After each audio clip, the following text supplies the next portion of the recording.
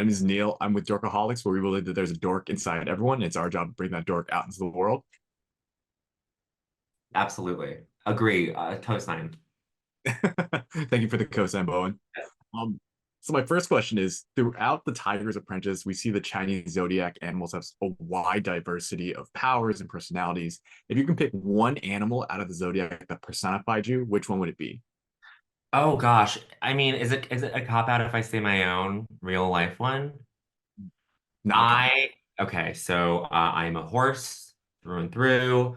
My mom has really ingrained that in me, and my dad. Everyone's ingrained that in me growing up, and I moved into these two places, and she bought me like 10 horse figurines. I just collect horses, and I think that's like an Asian experience that like we haven't really talked about yet. But I think I identify as a horse. I do kind of now have this extra dimension. I think I might be a rat moon or a rat rising. I don't know if the Eastern zodiac works that way, but I do have this identity towards rats now, especially after playing Sidney, where it's like you're resourceful, um you can sort of navigate in spaces that others can't, and that feels very relatable as well. And then my mom is a rooster, and I've kind of loved that sort of idea in my head too. Of like I've probably inherited rooster qualities, and my sister gets to brag because she's a dragon, and so this is her year, and she always reminds us that the dragon's the best one, and that's up for debate, I think. Yes, very open debate as a rooster myself. Yes. Oh, see, I love that. And related to that tradition, that this tradition of collecting figures, there's Yeah. so many fun Easter eggs throughout the movie, such as having charms around the house. Maybe you see your horses as charms to ward off evil spirits. Are there any superstitious beliefs that you thought were maybe silly that now you're a believer of?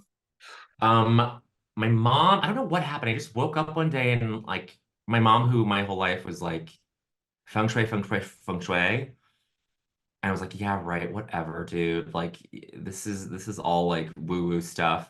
But I I live by it. I to the point where I'm closing my toilet seat lids all the way because that's like a feng shui thing where it's like the bad energy and the spirits like eggs and enter through the toilet, which of course they do.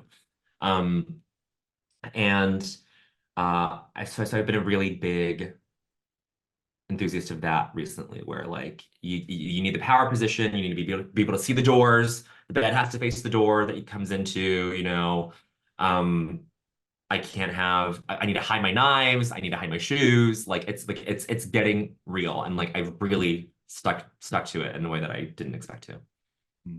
And I understand that can be very difficult, a challenge on portraying characters in live action compared to animated features.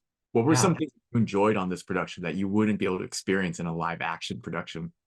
Well, I think with an animated thing, even though the challenging part is that most times you're not with other actors in scenes, you're not performing opposite them.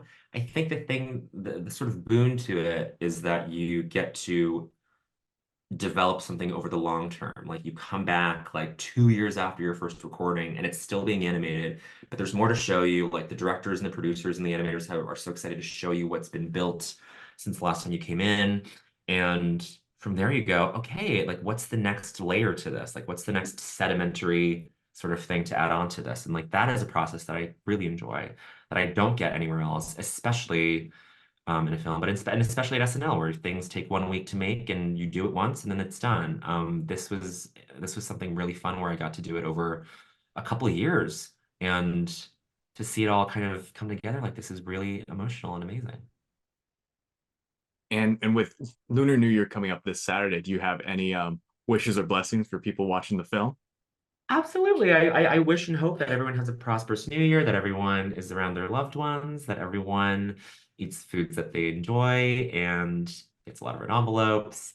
And I am personally going to a really fun Lunar New Year party that I try to go to every year, and I can make it this time, which is great. I'm going with a work friend of mine who's also Asian and queer, and we're really excited. And it's going to be, I'm very excited to sort of celebrate something that's like for my community that I feel like sometimes I am disconnected from if I am at work for too long, or if I'm doing something else for too long, or if I don't actively work towards forming those connections. So I'm very excited.